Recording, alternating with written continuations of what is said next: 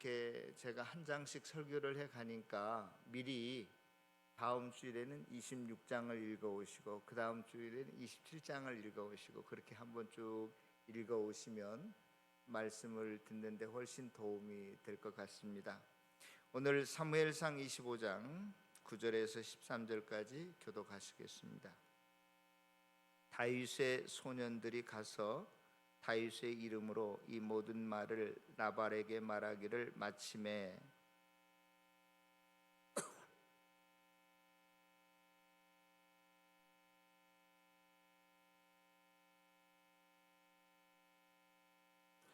내가 어찌 내 떡과 물과 내 양털 깎는 자를 위하여 잡은 고기를 가져다가 어디서 왔는지도 알지 못하는 자들에게 주겠느냐 한지라.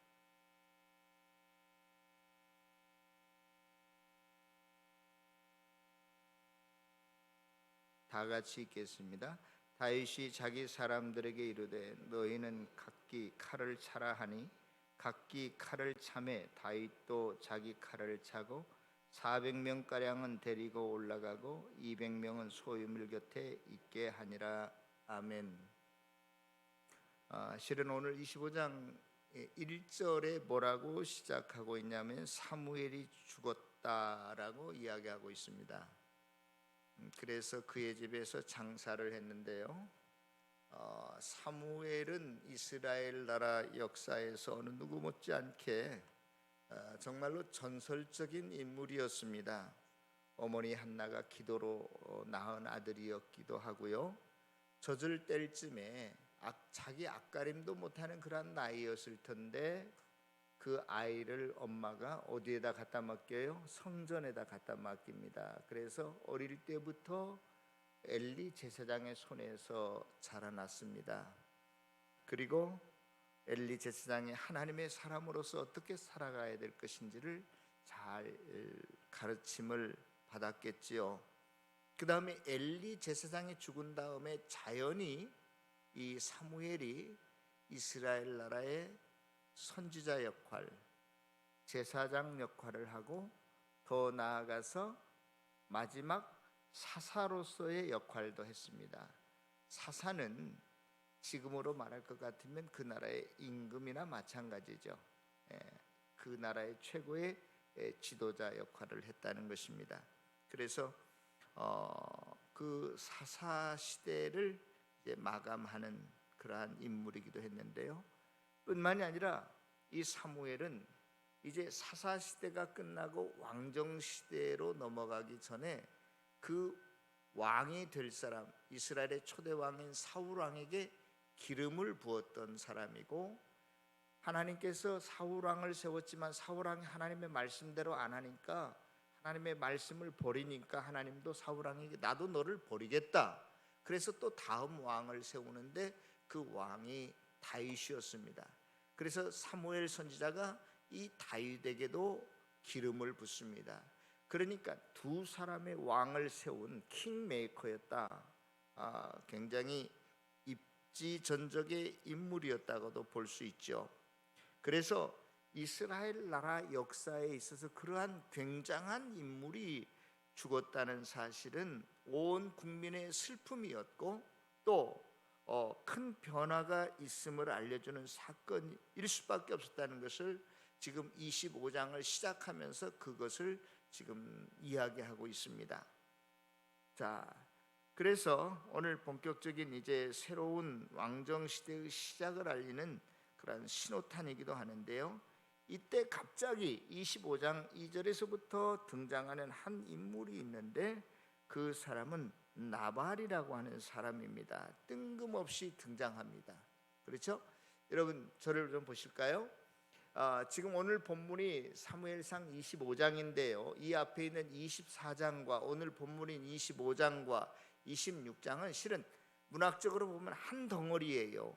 계속 사울 이야기를 해 나가는데 갑자기 중간에 나발 이야기가 나온 것은 나발과 같은 어리석은 사람이 사울이다, 그런 것을 말하려고 하고 있어요. 여러분 샌드위치 아시죠? 위하고 밑이 똑같잖아요. 근데 그 가운데가 뭔가 좀 다른 게 있잖아요. 그런데 그 가운데 것을 빼버려도 이 샌드위치 맛이 안 나요. 위에 끝과 아래 끝과 전혀 다른 가운데 무슨 속이 있는데 그것이 있어야 샌드위치의 제맛이 나는 것처럼 문학적 구조를 보면 사울 이야기를 쭉 해 가다가 나발 이야기가 나온 것은 이 사울도 나발과 같은 사람이다. 그것을 양념처럼 이렇게 넣고 있어요. 그래서 오늘 나발이 나오고 있다라고 하는 정도 여러분들이 이렇게 알고 넘어가셨으면 좋겠다. 자, 그런데 여러분 나발에 대해서 어떻게 생각하십니까? 성경을 알고 있는 분들은 계시지만 그러나 내가 나발에 대해서 어떻게 알고 있다라기보다는 성경이 나발을 우리에게 어떻게 소개하고 있느냐가 중요해요. 거기에 우리 2절 한번 읽어볼까요? 2절 시작. 마온에 한 사람이 있는데 그의 생업이 갈멜에 있고 심이 부하여 양이 3,000마리요 염소가 1,000마리이므로 그가 갈멜에서 그 양털을 깎고 있었으니, 지금 성경은 저와 여러분들에게 나발을 소개하면서 나발은 양이 3,000마리나 있고 염소가 1,000마리가 있고 이러한 이야기를 해요. 제가 있잖아요, 오늘 설교를 하기 전에 방송실에 들렸다 내려왔는데 방송실에서 수고하시는 자매가 주의 자매라고 하는 자매가 있는데, 주의 자매 하면 나는 늘마다 주일날 만나는 예쁜 소녀, 방송실에서 수고하는 자매 이런 식으로 떠오르잖아요. 성경에서 저와 여러분들에게 뭘 소개하려고 할 때 뭘 말하느냐가 굉장히 중요해요. 욥을 성경은 말할 때 욥기 1장에 보면 뭐라고 말하고 있냐면, 욥은 온전하고 정직하고 하나님을 경외하며 악에서 떠난 자요, 그렇게 하면서 그 다음에 어떤 소개가 나오냐면 그는 뭐 양을 뭐 몇천 마리 7,000마리를 갖고 있고 낙타가 3,000마리고 그 재산을 이야기합니다. 오늘 본문에서 나발을 성경이 저와 여러분들에게 소개할 때는 거꾸로 해요. 그는 돈이 많은 사람이다. 이 말은 그는 돈밖에 모르는 사람이다. 그걸 저와 여러분들에게 말하려고 하고 있다는 거예요.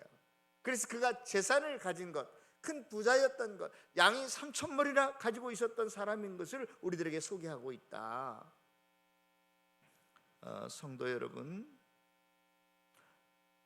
저와 여러분들도 누가 저와 여러분들을 소개한다면 그처럼 소개하고 있지는 않은지 한번 우리들의 자신들을 돌이켜 봤으면 좋겠다 하는 생각이 듭니다. 또 뿐만이 아닙니다. 그분의 그 인격 성품을 지금 설명하면서 성경은 3절에 그는 완고하고 행실이 악하며 유다 지파의 그 갈렙 족속이었더라. 또 하인들이 그 뒤에 보면 이 주인 나발에 대해서 뭐라고 말하냐면 불량한 사람이다. 나발의 부인 자기 아비가엘도 자기 남편을 불량한 사람이다, 그렇게 소개해요. 그러니까 인품도 실은 형편없는 사람이죠. 또 뿐만이 아니라 나발이라고 하는 이름 자체가 바보라는 뜻이에요. 여러분, 아무리 내 아들이 속을 썩여도 엄마 아빠가 이름을 지을 때 바보, 멍청이 이렇게 지을 사람은 없는 것 같은데, 그래서 신학자들은 이 나발이라고 하는 이름이 후대에 붙여준 이름이 아닐까, 혹은 그의 별명이 아닐까 하는 추정도 해요. 자, 아무튼 나발이 뭐라고요? 이름의 뜻이 바보라는 뜻이에요. 여러분, 울보나 겉보나 느림보, 보자는요 어떠한 사람을 뜻하는 건데요, 원래 바보는 밥보에서 나왔다고 그래요. 예? 그런데 거기에 비읍이 생략된 형태인데요, 그래서 밥만 먹는 사람이 뭐예요? 바보. 밥만 먹고 할 일이 없는 사람이 바보인데, 오늘날에는 그것이 조금 더 변해서 그걸 경멸하고 멍청이, 뭐 어리석은 사람, 이러한 뜻을 가지고 있죠. 자, 나발이 그러한 바보였다는 거예요. 바보였다는 거. 여러분, 어떤 사람이 바보입니까? 어떤 사람이 바보예요? 여러 가지로 설명할 수 있겠지만 제가 한 가지 여러분들에게 설명을 드린다면, 제가 고등학교 때 유명한 그 노래가 하나 있었어요. 유행가가 안 그런 줄 알면서 왜 그랬을까? 그런 노래가 있었어요. 그 노래 가사를 보면은요, 그 뭐 공부하러 간다고 공원길에서 뭐 연애하다가 뭐 집에 왔는데 뭐 졸려서 잤다. 안 되는 줄 알면서 왜 그랬을까, 뭐 이런 노래예요. 근데 그 정도는 그래도 애교로 봐줄 수 있어요. 그런데 정말로 바보는 어떤 사람이 바볼까? 어떤 사람이 지능지수가 낮아서만이 아닙니다. 지능지수가 낮으면 어쩔 수가 없어요. 제가 오늘 방송실에 오면서 방송실에 있는 사람들한테 바보가 뭐냐고 물어봤더니 뭘 잘 지식 수준이 낮은 사람이라고 그러는데, 저는 바보가요 지식 수준이 꼭 낮은 게 아니라고 생각해요. 제가 억지로 바보를 여러분들에게 설명한다면 그런 거예요. 여러분, 이 난로가 여기에 있는데 난로가 뜨겁지 않습니까? 불이 지펴서. 그런데 내가 손을 대면 뜨거우니까 나도 모르게 뭐에 반사운동에서 딱 떼어야 되기 정상이잖아요. 그런데 바보는 딱 손을 대면서 야 빨리 불 꺼, 뭐 난로 치워, 이런 식의 행동을 하는 사람이 바보가 아닐까 하는 생각을 해봐요. 나발이 그런 사람이었다는 거예요. 나발의 사고는 아주 정상적이었어요. 돈을 나름대로 잘 굴렸던 사람이에요. 그래서 거부가 됐어요. 그러면 그의 바보스러운 행동이 뭘까? 그는 다른 거 아닙니다. 채울 수 없는 것으로 채우려고 노력했던 사람이에요. 이게 무슨 말이냐면요, 하나님께서 저와 여러분들을 만드셨어요. 저와 여러분들을 만들 때 하나님의 형상대로 만들었는데, 그 형상 중에 하나는 뭐냐? 마음의 크기를 하나님께서는 인간들을 하나님의 마음의 크기만큼 크게 하신 것 같아요. 그래서 파스칼이라고 하는 철학자는 이렇게 말했어요. 우리의 마음속에 하나님만이 채울 수 있는 영역이 있다. 그런데 이 나발이라고 하는 사람은 그 마음에 하나님으로 채워야만 채워질 수 있는 마음에 뭘로 채우려고만 노력했느냐? 소, 양, 금, 은, 보화 이런 것으로만 채우려고 노력했던 사람. 그래서 바보라고 하는 거예요, 오늘 성경은.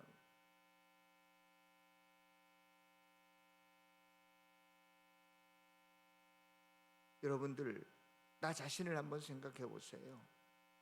지금도 내가 어떤 공부만 하면, 내가 돈만 벌면, 어떤 권력만 얻으면 내가 꽤 괜찮은 사람이 될 거야 라고 생각하는 사람은 다 이 나발과 같은 바보라는 선언이에요. 아무리 여러분들이 원하는 학위를 가지고 있고 돈을 쌓아놓고 여러분들의 비즈니스가 잘 되고 뭐 여러분들이 권력을 얻고 명예를 얻어도 하나님으로 채우지 않으면 여러분들의 마음은 채워질 수가 없어요. 그런데도 불구하고 우리는 하나님을 제껴놓고 자꾸 그것으로 내 허전한 마음을 채우려고 한다면 우리는 이 나발과 같은 바보일 수밖에 없다.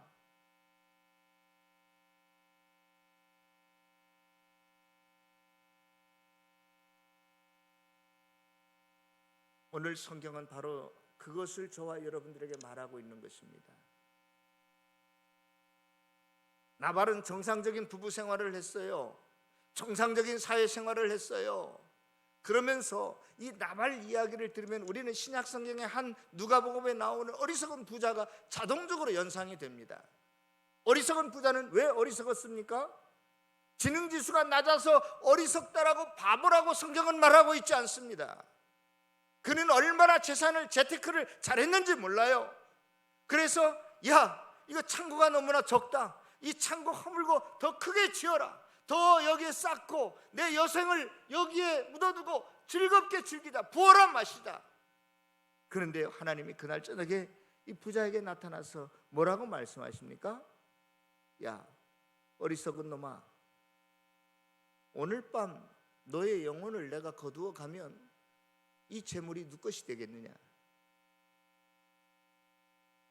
하나님으로만 채울 수 있는 우리 영혼의 마음의 크기에 그런 돈으로만 어떻게 하면 내 호주머니가 빵빵하면 내가 행복해질 수 있을까?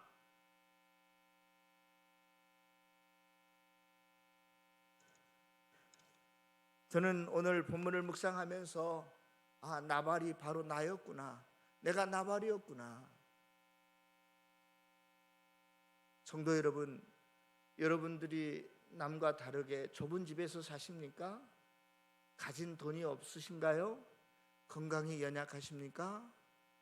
그건 문제되지 않아요. 여러분의 심령 속에 하나님으로 가득 채울 수 있기를 축원합니다. 하나님으로 채워진 사람은 돈에 허덕이지 않을 것 같아요. 내가 건강이 좀 힘들다고 건강 때문에 불평하지 않을 것 같아요. 하나님으로 가득 채워진 심령은, 그 가정은, 목장은, 교회는 하나님의 영광이 가득할 것 같습니다. 이 세상 것에 의해서 흔들리지 않을 것 같습니다.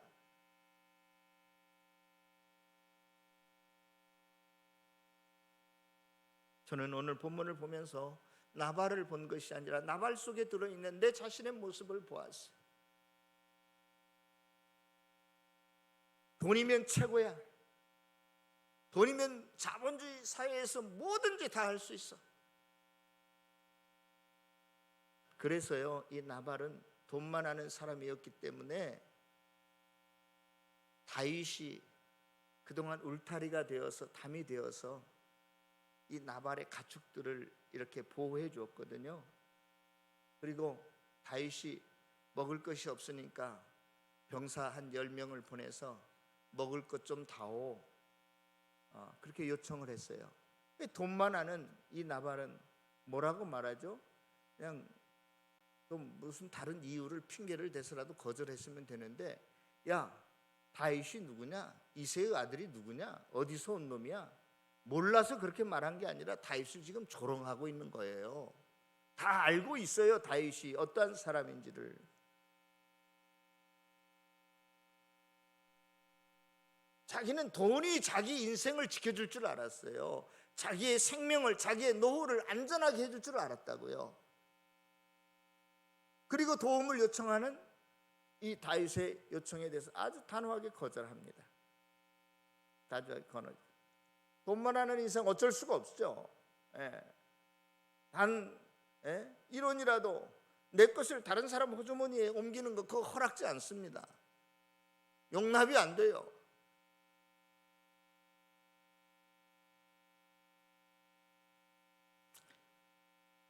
그 당시 하나님의 법, 율법이 아니더라도 그들의 문화 관습 가운데 하나는 뭐냐면, 자기 집에 들어온 사람을 빈손으로 내보내면 안 돼요.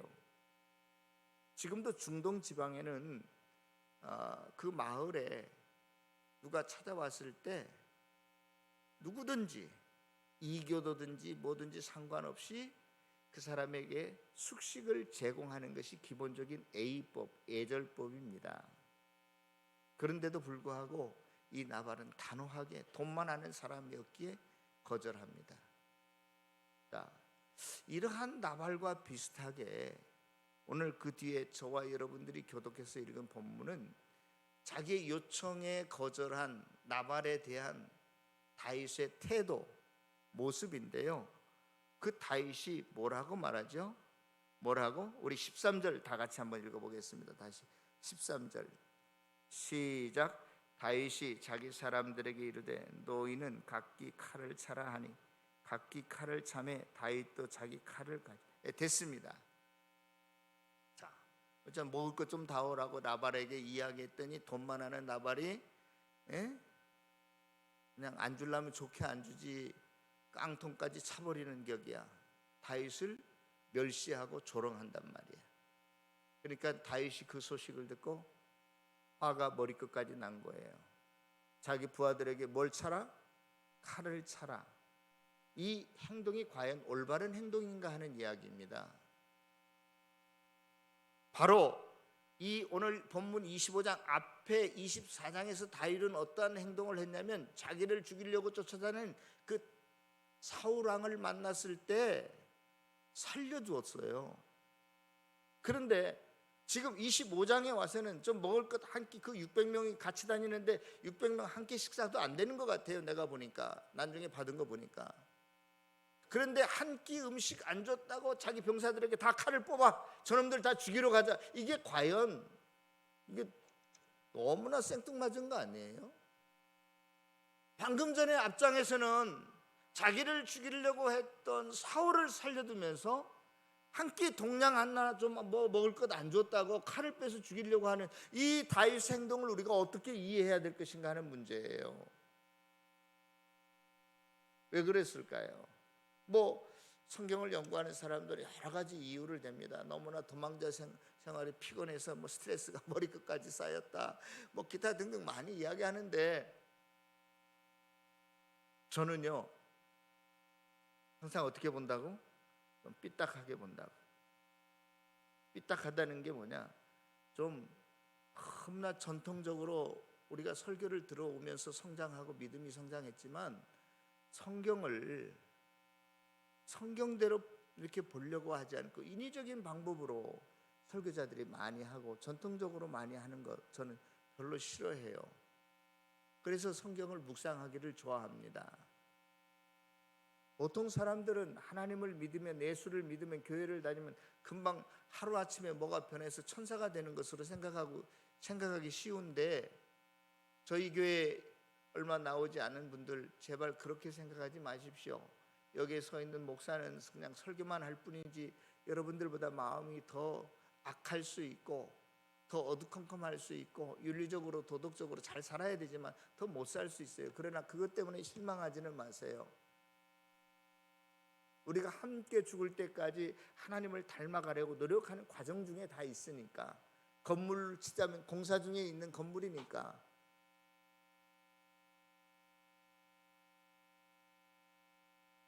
다윗은 분명히 하나님이 기름 부어 세우신 두 번째 왕이지만 그의 마음에는 두 가지 성품이 있었기 때문에 그렇습니다. 지킬 앤 하이드 박사처럼 낮과 밤이 바뀌는 것처럼 그의 마음에 악과 선이 동시에 들어있었기 때문에 그래요. 성경은 그것을 가리켜서 애성품이라고 말하고 있고 이 두 개의 성품을 새로운 성품이라고도 말하고 있습니다. 또 혹은 육의 생각이라고 말하고 있고 영의 생각이라고 말하고 있습니다. 하나님을 믿어도 거듭난 사람들도 그 마음에는 항상 이 두 가지가 있어요. 악한 것과 그렇지 않은 것. 그래서 이 두 가지가 항상 우리 마음속에 서로 충돌하고 갈등하고 싸워요. 다윗은 방금 조금 전만 해도 자기의 원수를 살려두는 그러한 인자한 넓은 도량과 아량을 가진 사람처럼, 또 하나님의 말씀대로 순종하는 사람처럼 설명되어 있는데, 오늘 25장에 와서는 아니 그거 좀 먹을 것 한 끼 안 준다고 사람을 죽여? 그런 마음이 저와 여러분들에게 누구나 다 있다는 거예요. 그런데 여러분, 우리의 이성이 강합니까? 우리의 감성이 더 강합니까? 감정이 더 강해요. 예를 들어서 그런 거예요. 저렇게 빨간 옷 입은 아가씨에게 제가 한번 실현당한 과거의 경험이 있다 하면, 빨간 옷 입은 아가씨는 다 싫어. 무슨 말인지 알겠죠? 내가 차인 빨간 옷 입은 사람과 저 빨간 옷 입은 사람은 아무 관계도 없어요. 과학적으로 전혀 인과관계가 없단 말이에요. 통계적으로도 그렇게 될 수도 없고요. 그런데도 내 감정은 과거에 내가 차인 것 때문에 빨간 옷 입은 아가씨는 다 싫어. 이거 뭐냐? 우리의 감정이 우리 이성보다 강하기 때문에 그래요. 그런데요, 그렇다면 우리가 감정 상하는 대로, 기분 좋은 대로, 기분 나쁜 대로 살아가야 되나? 그거 아니에요. 우리의 감정을 억누릴 수 있는 사람이 신앙인이에요. 우리가 그런 감정을 어떻게 통제할 수 있을까? 그건 다른 것이 아니라 예수 그리스도밖에 없고 성령님밖에 없습니다. 이걸 어제 우리 부목사님들이 저에게 가르쳐 주셨어요. 그럴 때 저는 예수를 깊이 생각하겠습니다. 어떤 목사님은 성령 충만하면 됩니다. 또 저 같은 경우에는 막 화가 났을 때 찬양도 들을 수 없지요, 성경도 안 들어오죠. 막 그럴 때 예전에는 저는 뭐를 했냐면 주로 성경 암송을 했어요. 암송을 집중하다 보면 다른 게 다 사라지고 없어져요. 말씀만 남게 되고 조금 마음이 진정이 되고. 성도 여러분, 말씀을 맺으려고 합니다. 저와 여러분들은 오늘 본문에 나오는 나발과 같은 사람입니다. 돈만 알고 세상 것만 좋아하고, 예? 바보 멍충이와 같은 사람들이에요. 또 동시에 이 다윗처럼 항상 두 개의 마음이 있어서 그저 육신대로 따라가고 싶은, 감정대로 살고 싶은 어리석은 못난 저와 여러분들입니다. 그럼에도 불구하고 저와 여러분들이 그 모든 어려움에서, 연약함에서 다시 한번 주 앞에서 일어설 수 있는 것이 무엇이냐? 다시 예수의 이름을 부르는 거예요. 주님 앞에 나아가는 거예요. 하나님께 기도하는 거예요. 슬픈 마음 있습니까? 우리 방금 전에 찬양 불렀잖아요. 슬픈 마음 있는 자, 몸과 영혼 병든 자 누구든지 부르시오. 예수의 이름을 부르시오. 그 이름을 믿는 자에게 하나님께서 놀라운 은혜를 주실 것입니다. 여러분들을 치료해 주실 것입니다. 마음의 평안을 주실 것입니다. 예수 앞에 나오세요. 주님만이 우리를 새롭게 하실 수 있습니다. 예수 앞에 우리가 녹아지고 없어지고 예수만 드러내는 삶을 살아가는 저와 여러분들이 다 되시기를 다시 한번 주의 이름으로 축원합니다. 기도하겠습니다.